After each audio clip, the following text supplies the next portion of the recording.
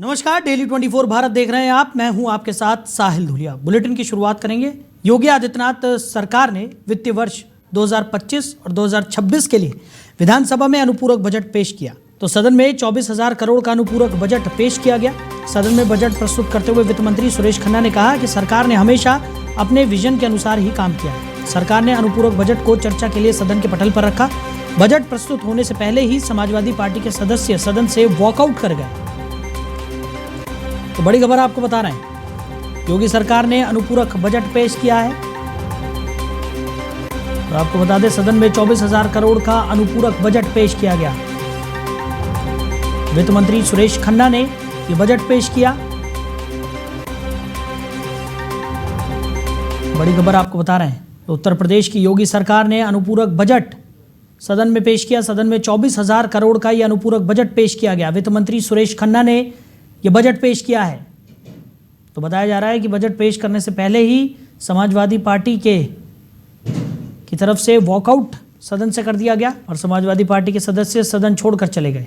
8,08,000 करोड़ रुपए का मूल बजट था मान्यवर। उसमें 8,08,736.06 करोड़ रुपए का मूल बजट था। आज जो मैं प्रस्तुत कर रहा हूँ ये 24,496.98 करोड़ रुपए का है। इसमें राजस्व लेखे का व्यय 18,369.30 करोड़ रुपए तथा पूंजी लेखे का व्यय 6,127.68 करोड़ रुपए है। ये प्रस्तावित अनुपूरक बजट का आकार इस वर्ष मूल बजट का 3.03% है मान्यवर।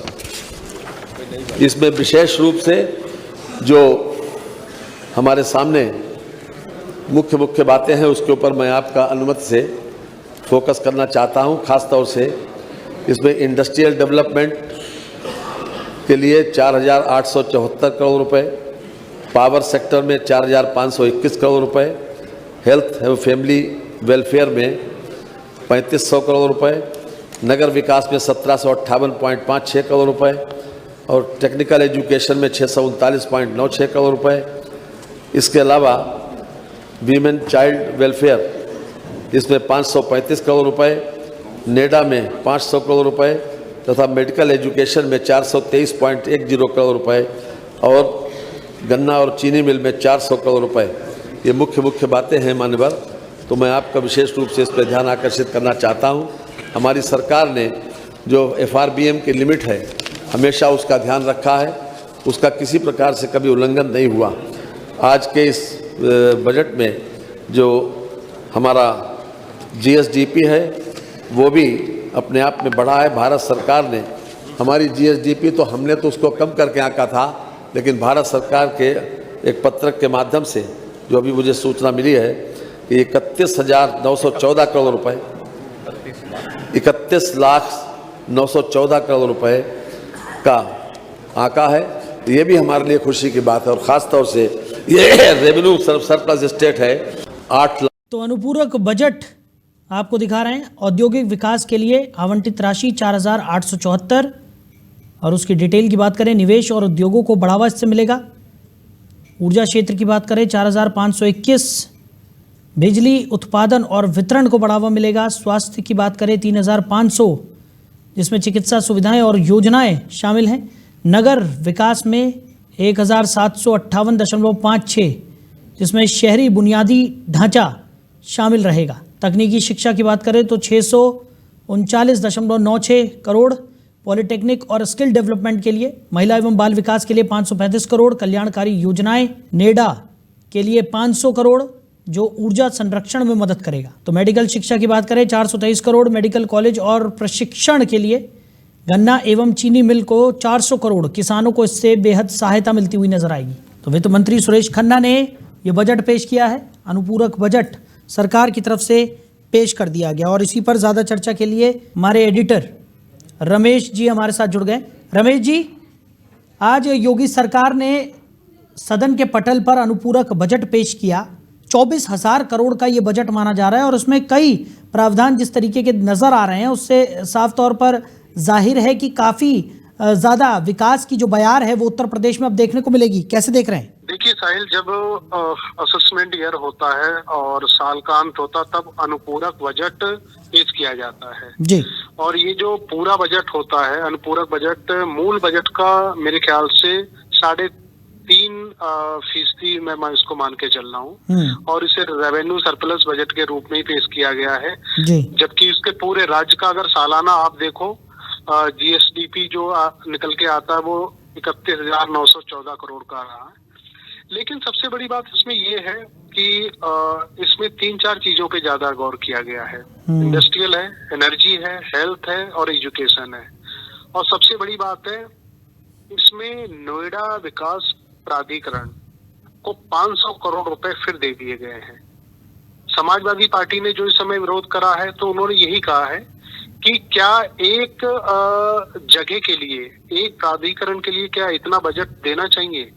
ऐसे में तो कई सारी नगर निगम है, कई सारे प्राधिकरण है, मुरादाबाद हो गया, बरेली हो गया और आपका लखनऊ हो गया, आसपास के लोगों में। तो जो पैसा डिस्ट्रीब्यूट है तो उसी के हिसाब से किया जाना चाहिए। सिर्फ एक क्षेत्र के विकास में इतना पैसा लगा देना, तो ये कहीं ना कहीं उसको विरोध की चीजें बनी है। और इसमें सबसे बड़ी बात ये भी निकल के आई है, अभी आपको पता हो जो 15-20 दिन पहले जो गन्ना का रेट को बढ़ाया गया है जी, तो उसको एड ऑन करने के लिए उसमें भी 400 करोड़ रुपए जोड़े गए हैं। तो मुझे लगता है ये बेहतरीन फैसला है। सुरेश खन्ना जी ने जो बजट पेश करा है वो बड़ा सोच समझ के संतुलित करके करा है, क्योंकि अभी जो पीरियड है, जो नया बजट फरवरी में जब आ जाएगा उससे पहले ये आप पूरे साल की जो भरपाई आपको करनी होती है अनुपूरक बजट के द्वारा ही की जाती है। अब कहा जाता है कि भाई जब शुरुआत का जो पहले बजट आपने साल में दे दिया जाता है पूरा साल का, तो उसमें कमी कहाँ गई? पता चला एक किसी क्षेत्र के लिए आपने 100 रुपए दे दिए और वहां खर्च हुआ 120 रुपए।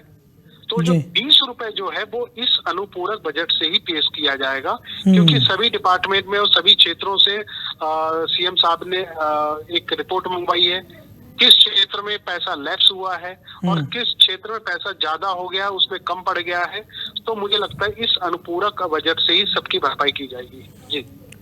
और जिस तरीके का रमेश जी, क्योंकि ये अनुपूरक बजट रहा है, हमने यही देखा कि जिस तरीके से योगी सरकार की अगर हम बात करें तो उन्होंने इस बजट को जनता के मुद्दों से जुड़ा हुआ बजट बताया। उन्होंने साफ तौर पर कहा कि इसमें जिस तरीके के प्रावधान निकलकर सामने आएंगे उससे कहीं ना कहीं जन सरोकार से जुड़ी हुई जो तमाम योजनाएं हैं उनको यहाँ पर गति मिलेगी और आने वाले समय में उत्तर प्रदेश जो कि उत्तम प्रदेश बनकर उभरा है उसको और ज़्यादा विकसित करने में यहाँ पर मदद मिल पाएगी। क्या आप भी इसी तरह से देख रहे हैं इस बजट को, क्योंकि इसमें कई तरह के प्रावधान जैसा कि हम अपने दर्शकों को भी लगातार दिखा रहे हैं किए गए हैं, और 24,000 करोड़ क्योंकि पिछले बजट से काफ़ी ज़्यादा ऊपर ये बजट गया है। देखिए साहिल, अनुपूरक बजट को उसकी थ्योरी को और उसकी ABCD को जनता नहीं समझ पाती है। आम लोग उसको नहीं समझ पाते, इसके समीक्षक और आप जैसे बुद्धिजीवी लोग ही समझ पाते हैं। ये अनुपूरक बजट होता क्या है, इसको समझना बहुत जरूरी होता है। ये कोई फुल फ्लेश कोई बजट नहीं होता है। आज 21 तारीख हो गई है, 9 दिन आपके इस साल के बचे हुए हैं जी। अब आप बताइए क्या अब उसमें बजट का नाम क्या है? 2025-2026। इसको फाइनेंशियल बजट आप कैसे बोल सकते हो? अनुपूरक का मतलब होता है जिन जिन क्षेत्रों में जो हमने जनवरी फरवरी में पूरे साल का जो बजट दे दिया था उसमें कमियां कहाँ रह गई हैं जी, उसकी भरपाई के लिए। और ये बहुत अच्छी परंपरा है किसी भी गवर्नमेंट के लिए, अगर वो अनुपूरक बजट के तौर पे उसकी भरपाई की जाती है। अब बजट कोई छोटा मोटा नहीं है, 24,000 करोड़ 496.9 मोटा मोटा 24,500 करोड़ है। तो ये बजट हल्का नहीं है, बहुत ज्यादा बजट है। ताकि इससे एक चीज अनुमान लगा सकते हैं, अगर हम समीक्षा करें तो कई क्षेत्र ऐसे हैं, चाहे इंडस्ट्रियल हो जाए, चाहे एनर्जी हो जाए, हेल्थ हो जाए, एजुकेशन हो जाए, उन सभी क्षेत्रों की स्थिति ज्यादा अच्छी नहीं रही है। पैसे की कमी रही है, पैसे की जरूरत रही है। तो उसी को पूरा करने के लिए ये बजट जो 9 दिन इस साल के बचे हुए हैं उनको दे दिए जाएंगे। तो ये है, अब जनता ये इसमें कोई नई कल्याणकारी योजना शुरू हो जाएंगी या इसके जरिए कुछ और बहुत सारी चीजें शुरू हो जाएंगी, इससे मैं ज्यादा इत्तेफाक नहीं रखता हूँ। जी चलिए रमेश जी, हमारे साथ जुड़ने के लिए, इस तमाम चर्चा के लिए आपका बहुत शुक्रिया। तो योगी सरकार ने अनुपूरक बजट यहाँ पर पेश कर दिया है सदन के पटल पर। लगभग 24,000 करोड़ का ये अनुपूरक बजट पेश किया गया। वित्त मंत्री सुरेश खन्ना ने यह बजट पेश किया है। वहीं उत्तर प्रदेश विधानसभा में आज कोडिन कफ सिरप से लेकर एसआईआर के मुद्दे पर जोरदार हंगामा देखने को मिला। शीतकालीन सत्र के दूसरे दिन समाजवादी पार्टी के विधायकों ने कोडिन कफ सिरप मामले पर जोरदार हंगामा किया। विपक्ष ने इस मुद्दे पर चर्चा कराने की मांग की और नारेबाजी करते हुए सरकार पर गंभीर आरोप भी लगाए। सुबह कार्रवाई शुरू होते ही सपा विधायकों ने सदन में प्रदर्शन किया। उनका कहना था कि कोडिन आधारित कफ सिरप की तस्करी और इसके दुरुपयोग पर सरकार कार्रवाई नहीं कर रही है। वहीं सीएम योगी ने कहा कि उत्तर प्रदेश में कोडिन कफ सिरप से कोई मौत नहीं हुई है। 2016 में इसके सबसे बड़े होलसेलर को सपा ने लाइसेंस दिया था। कोडिन कफ सिरप का मुद्दा था नकली दवाओं के कारण होने वाली मौतों का। समय समय पर विभाग इसे लेकर छापेमारी और कार्रवाई करता रहा है। कोडिन कफ सिरप से उत्तर प्रदेश के अंदर कोई मौत नहीं हुई है। एक दूसरा, इस मामले में एनडीपीएस के अंतर्गत कार्रवाई होगी। ये उत्तर प्रदेश सरकार इस मामले को कोर्ट में जीती है। उत्तर प्रदेश ने इस मामले को लड़ा है। तीसरा, उत्तर प्रदेश में इसका जो सबसे बड़ा होलसेलर, जो बड़े होलसेलर हैं, जिसको सबसे पहले एसटीएफ ने पकड़ा था 2016 में, उसको लाइसेंस समाजवादी पार्टी ने जारी किया था। जो फोटो रिलीज हो रही है, देश के अंदर दो नमूने हैं, एक दिल्ली में और एक लखनऊ में बैठते हैं। जब देश में कोई चर्चा होती है तो तुरंत वह देश छोड़ करके भाग जाते हैं, और मुझे लगता है कि यही आपके बबुआ के साथ भी हो रहा होगा। और उनका नाम ही विरोधी दल के नेता है, तो वो विरोध करेंगे। और कोडिन में ये राष्ट्रीय सुरक्षा से संबंधित मामला है और लाइसेंस केंद्र सरकार देती है। हमारी सरकार ने उस पर एक्शन लिया है। जो लोग भी हैं उसमें आप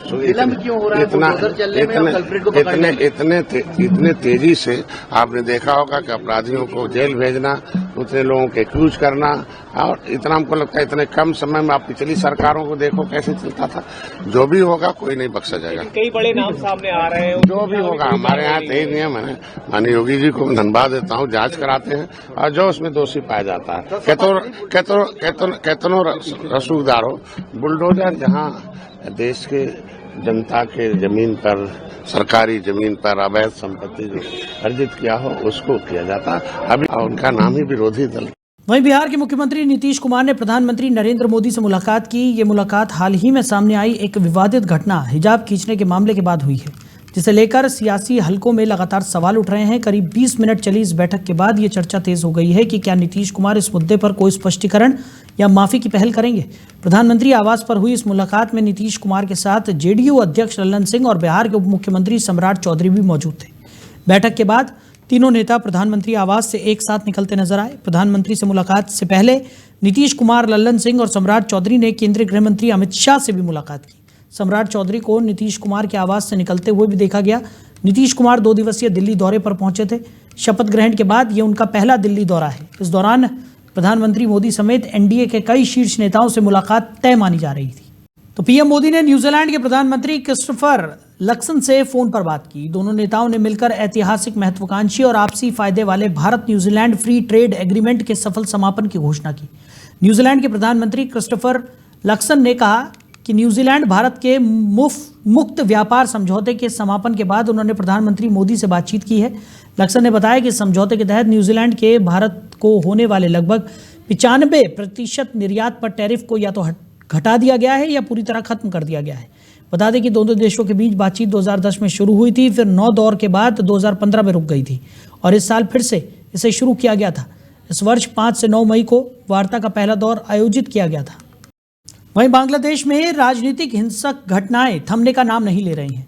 शरीफ उस्मान हादी के बाद अब खुलना में एक और छात्र को अज्ञात हमलावरों ने गोली मार दी। घायल अवस्था में छात्र नेता को अस्पताल में भर्ती कराया गया, जहां डॉक्टरों की एक टीम उनका इलाज कर रही है। पुलिस ने बताया कि खुलना में नेशनल सिटीजन्स पार्टी के केंद्रीय श्रमिक संगठन के नेता मोहम्मद मोतालेब सिकदर को अज्ञात हमलावरों ने गोली मार दी।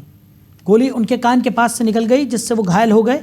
सोनडांगा मॉडल पुलिस स्टेशन के प्रभारी अधिकारी अनिमेश मंडल ने बताया कि बदमाशों ने सुबह करीब 11:45 पर शहर के गाजी मेडिकल कॉलेज अस्पताल के पास मोहम्मद मोतालेब के सिर को निशाना बनाकर गोली चलाई।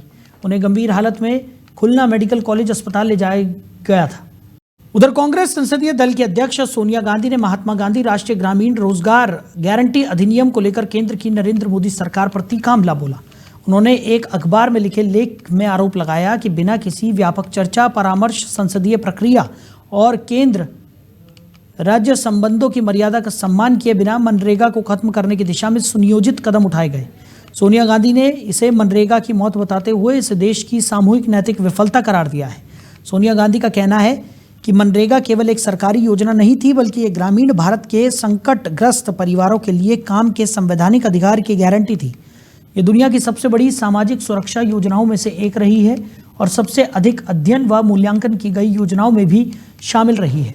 विभिन्न अध्ययनों में ये बात सामने आई है कि मनरेगा ने समाज के सबसे कमजोर वर्गों के जीवन में परिवर्तनकारी भूमिका निभाई। लेख में सोनिया गांधी लिखती हैं कि महात्मा गांधी के नाम को हटाना तो केवल शुरुआत थी, असल में पूरी योजना की संरचना को ही नष्ट कर दिया गया है। मनरेगा की मूल भावना मांग आधारित रोजगार की गारंटी थी, जिसमें कोई भी ग्रामीण परिवार जरूरत पड़ने पर काम मांग सकता था और सरकार उसे काम देने के लिए बाध्य थी। उधर नेशनल हेराल्ड केस में सोनिया गांधी और राहुल गांधी को दिल्ली हाई कोर्ट ने नोटिस जारी किया है। अदालत ने इस मामले में कांग्रेस के दोनों नेताओं से जवाब मांगा है। प्रवर्तन निदेशालय की उस अर्जी पर यह नोटिस जारी किया गया है जिसमें एजेंसी ने ट्रायल कोर्ट की तरफ से मनी लॉन्ड्रिंग केस को खारिज कर दिया गया था। तो ट्रायल कोर्ट ने कहा था कि इस मामले में पहले ही दिल्ली पुलिस की आर्थिक अपराध शाखा जांच कर रही है, इसलिए इस मामले में अब मनी लॉन्ड्रिंग के तहत केस आगे नहीं बढ़ाया जा सकता। इस फैसले को चुनौती देते हुए ईडी ने हाई कोर्ट का रुख किया था, जिस पर बेंच ने सोनिया और राहुल गांधी को नोटिस जारी कर जवाब मांगा है। इस केस की अगली सुनवाई अब मार्च 2026 में होगी। इस मामले में राउस एवेन्यू कोर्ट ने गांधी परिवार को बड़ी राहत दी थी। वहीं कश्मीर घाटी में 40 दिन के चिल्लई कलां की शुरुआत रविवार से हो गई है। पहले ही दिन गुलमर्ग, सोनमर्ग में 1 फीट तक बर्फबारी रिकॉर्ड की गई। मौसम विभाग का कहना है कि अगले 48 घंटे बर्फबारी जारी रह सकती है।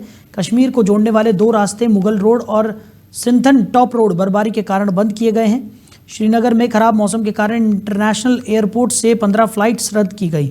जम्मू कश्मीर, हिमाचल और उत्तराखंड में बर्फबारी के बाद बर्फीली हवाएं मैदानी राज्यों तक पहुंच रही हैं। इसके चलते दिल्ली, उत्तर प्रदेश, मध्य प्रदेश, बिहार, झारखंड, राजस्थान, पंजाब और हरियाणा में तापमान लगातार गिरता जा रहा है।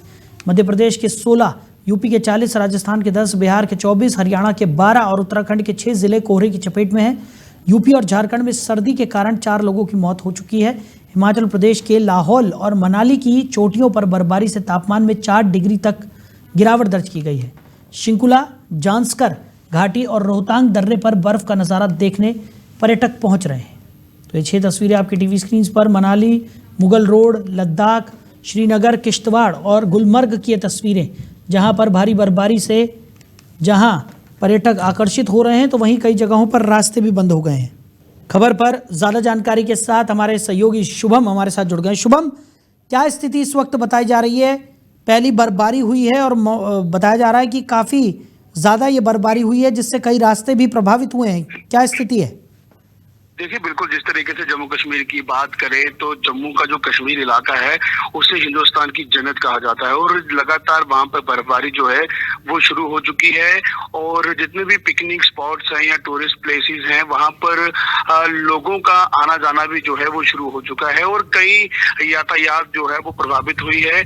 और पर फिर भी वहां का एडमिनिस्ट्रेशन लगातार जो है रोड्स को क्लियर किया जा रहा है और जिससे भी लोग पिकनिक पर जो है वो आ रहे हैं या फिर लोग टूरिस्ट प्लेसेस पर जा रहे हैं, उनकी हर एक चीज की जो है वो ध्यान रखा जा रहा है। जी बिल्कुल। और शुभम, अगर वहीं बात की जाए तो पर्यटकों में जहां खासा उत्साह देखने को मिल रहा है बर्फबारी के प्रति, वहीं सावधानी बरतने की भी यहाँ पर काफ़ी ज़्यादा ज़रूरत है, क्योंकि लगातार हम देख रहे हैं कि जिस तरीके से बर्फबारी हो रही है, कई रास्ते भी बंद हो रहे हैं और ऐसा ना हो कि आने वाले समय में लोगों को आवागमन करने में खासा परेशानियों का सामना करना पड़े।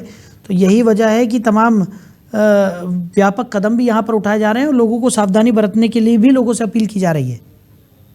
जी बिल्कुल, जिस तरीके से कश्मीर घाटी की अगर हम बात करें तो ऑलरेडी जितने भी वहाँ के स्टूडेंट्स हैं, स्कूल्स हैं, वहाँ पे छुट्टियां जो हैं वो चल रही हैं और जितने भी जम्मू के स्कूल्स यहाँ पिकनिक के लिए वहाँ पर जा रहे हैं उन पर रोक लगा दी गई है क्योंकि यहाँ से यातायात जो है वो काफी प्रभावित हो गया है और एडमिनिस्ट्रेशन और जम्मू कश्मीर सरकार लगातार इन चीजों को लेकर जो है वो आगे आ रही है और आए दिन जो है वो नए नए जो ऑर्डर्स जो हैं वो सामने आ रहे हैं कि किसी भी तरीके से कोई ऐसी परेशानी या फिर अगर आप जम्मू से श्रीनगर के लिए निकलते हैं या रास्ते में कुछ ऐसा जो है वो आपका रोड जो है या आपको रुकना पड़े या आपको कहीं और जो है वो स्टे करना पड़े, इन चीजों को लेकर कई सारे ऑर्डर्स जो है वो जम्मू कश्मीर की सरकार भी निकाल रही है। जी चलिए शुभम, हमारे साथ जुड़ने के लिए, इन तमाम जानकारियों के लिए आपका बहुत शुक्रिया। तो फिलहाल इस बुलेटिन में मेरे साथ इतना ही, आप बने रहिए। नमस्कार।